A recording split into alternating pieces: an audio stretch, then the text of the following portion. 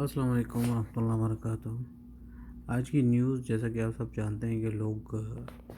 حکومتی اراکین نے صدارتی ریفرنس جو ہے وہ سپریم کورٹ میں جمع کرا دیا ہے، اور سپریم کورٹ کے کمرہ نمبر 1 میں جو ساری بحث ہوئی اور جو تکرار ہوئی اس کے بارے میں سب لوگ عمومی طور پہ ذرا آپ کو اپڈیٹ کرتے چلیں۔ اس میں طریقہ عدم تعاون سپریم کورٹ کے کمرہ عدالت نمبر 1 جن پر پہلے آرٹیکل لگا ہے اس پر تو عمل کروائیں۔ لوگوں نے یہی اعتراض کیا کہ کافی سارے لوگوں کو پہلے بھی عدم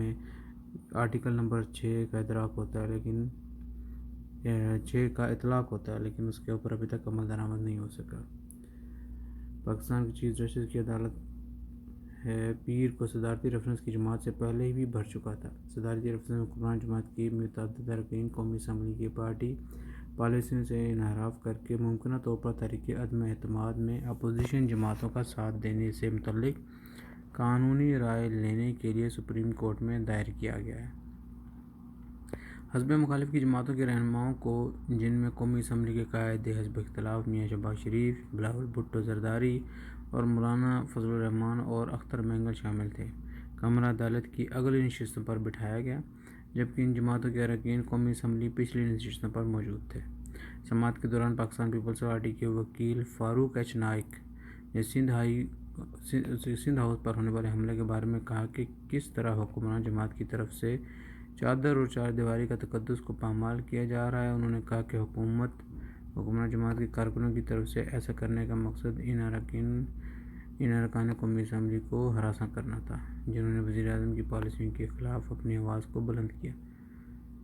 اس کے ساتھ ساتھ انہوں نے یہ بھی کہا کہ جو افراد اس واقعے میں ملوث تھے ان کے خلاف ایسی دفعات کے تحت مقدمہ درج کیا جائے جو اس کے قابل ضمانت نہیں ہے۔ اس واقعے پر سندھ کے ایڈوکیٹ جنرل نے بھی کہا کہ اس واقعے میں متعلق جو مقدمہ درج کیا گیا ہے اس میں سندھ ہاؤس کی انتظامیہ کا موقف شامل نہیں کیا گیا۔ اس پر چیف جسٹس عمر عطا بندیال نے اسلام آباد پولیس کے سربراہ کو روسٹم سے برطلب کیا اور انہیں حکم دیا کہ اس مقدمے میں سندھ ہاؤس کی انتظامیہ کا موقف بھی شامل کیا جائے۔ اٹارنی جنرل خالد جاوید خان نے سندھ ہاؤس پر ہونے والے حملے پر معذرت کرتے ہوئے کہا کہ پرتشدد احتجاج کرنے کا حق قانون نے کسی کو نہیں دیا اور جنہوں نے ایسا کیا ان کے خلاف قانون حرکت میں آئے گا۔ فاروق ایچ نائک کے وفاقی وزیر اطلاعات کے بیان کا حوالہ دیتے ہوئے کہا کہ انہوں نے کہا ہے کہ جو بھی ارکان وزیر اعظم کے خلاف تحریک عدم اعتماد پر ووٹ ڈالنے جائیں گے تو وہ اس روز پاکستان تحریک انصاف کے کارکنوں کے 10 لاکھ ووٹرز کے مجمع میں سے گزر کر جائیں گے۔ اس پر چیف جسٹس نے ریمارکس دیے کہ کسی بھی رکن قومی اسمبلی میں اپنا قانونی حق استعمال کرنے سے نہیں روکا جا سکتا۔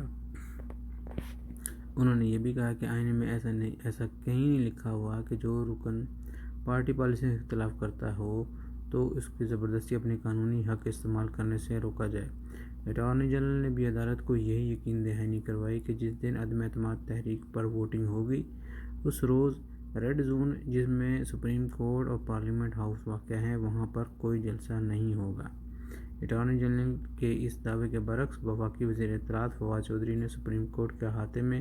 میڈیا کے نمائندوں کو جب اس بارے میں پوچھا تو انہوں نے کہا کہ جلسہ کرنے کا استحقاق سیاسی جماعتوں کا ہے اور اس بارے میں وہی فیصلہ کریں گے۔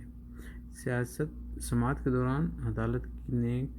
حکومت کے اور حزب مخالف کی جماعتوں کے وکلاء سے کہا کہ وہ جلسے کے مقام کے حوالے سے